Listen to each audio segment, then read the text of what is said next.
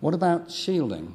Automakers claim their electronics are totally shielded against EMI. In fact, this is not achievable. Even the military can't do this. You can make things very good, but you can never make them totally shielded.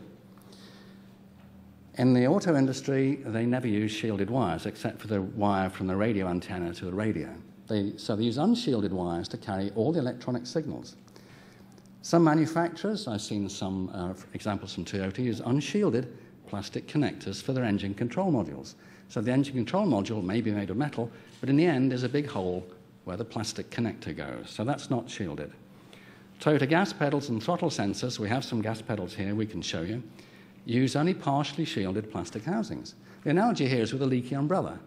You might say, oh, I've got a good umbrella, but it's got a hole in it. You know, it's not going to be that good. Automakers claim their software is bug-free. In fact, aviation and rail vehicle software must comply with public regulated safety standards and be independently audited for compliance against those standards.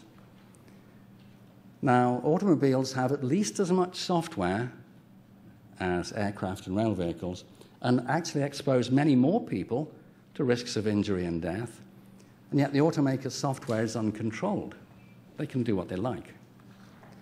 If we go on to the subject of, get back to the subject of bugs, Carnegie Mellon says the highest quality code, for instance used in the space shuttle, has about one latent bug per 10,000 lines of code. Now, latent means this is a bug they haven't found yet. Obviously, the bugs they do find, they correct.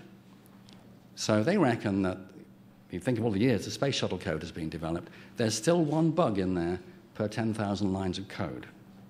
A typical modern car has more than 20 million lines of code in it.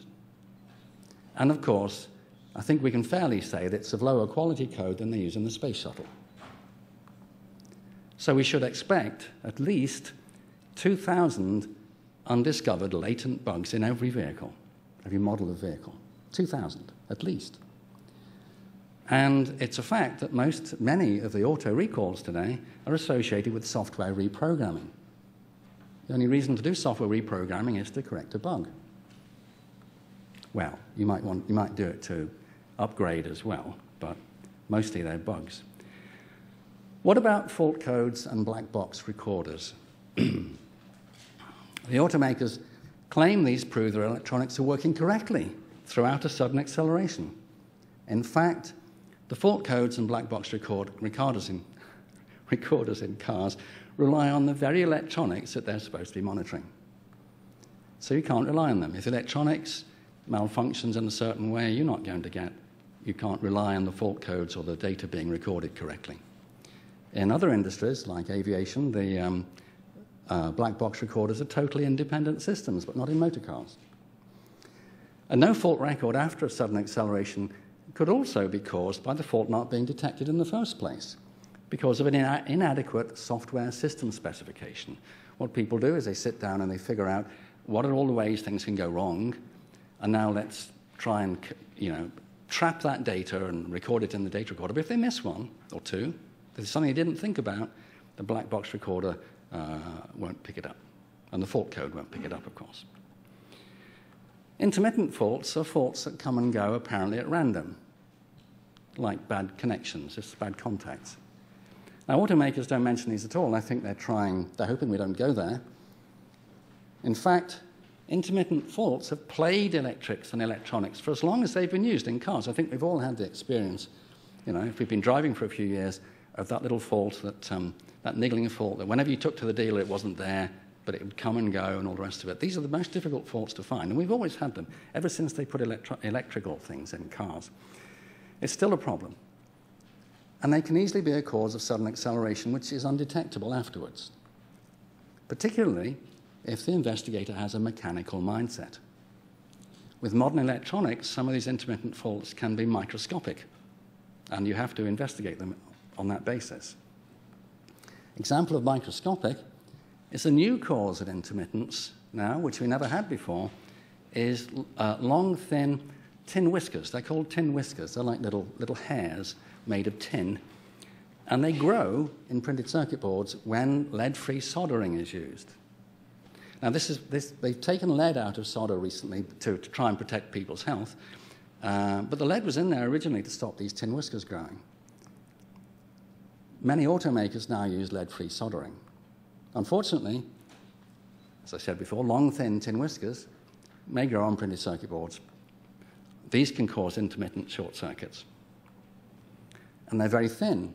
In fact, they're about a quarter the thickness of a human hair. So they're difficult to see. They're easily brushed off just by accident. You can move them. You could even brush them off with a draft of air. So if you're investigating, obviously, if you're looking for intermittent faults, you've got to be very careful. If tin whiskers might be the fault, you've got to be very careful to take the appropriate precautions. Otherwise, you just won't see them. What about the issue of testing? I said we'd come back to this, and here we are. NHTSA has had up to 3,000 sudden acceleration complaints in 1 year. I'm thinking here of the year 1989 to 90. So 3,000 in a year. That was a particularly heavy year for sudden acceleration. If we assume there were 30 million vehicles on the road, that's a rate of 1 in 10,000 per vehicle per year. So if you're driving around in a car, you sort of 1 in 10,000 chance in that year of having it suddenly accelerate. This is obviously an average, and we can argue about the exact numbers, but the order of magnitude is about right.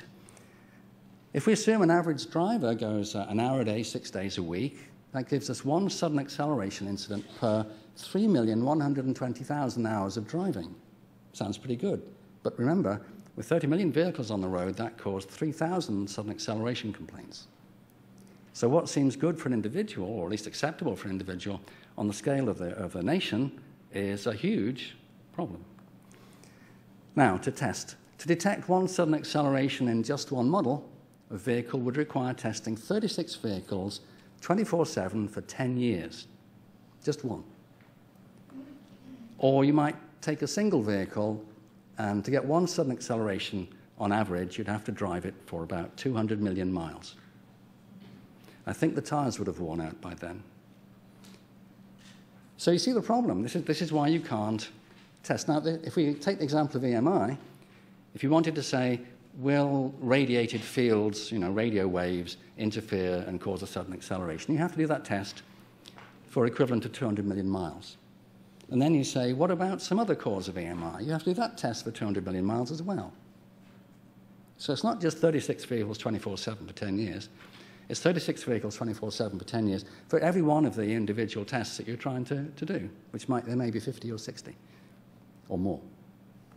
So you're not going to prove sudden acceleration by testing. What about Toyota's so-called brake override solution for sudden acceleration? This is merely a software change that relies upon the same electronics that already causes a sudden acceleration. So it doesn't address the real problem. A true safety override must be a totally independent system.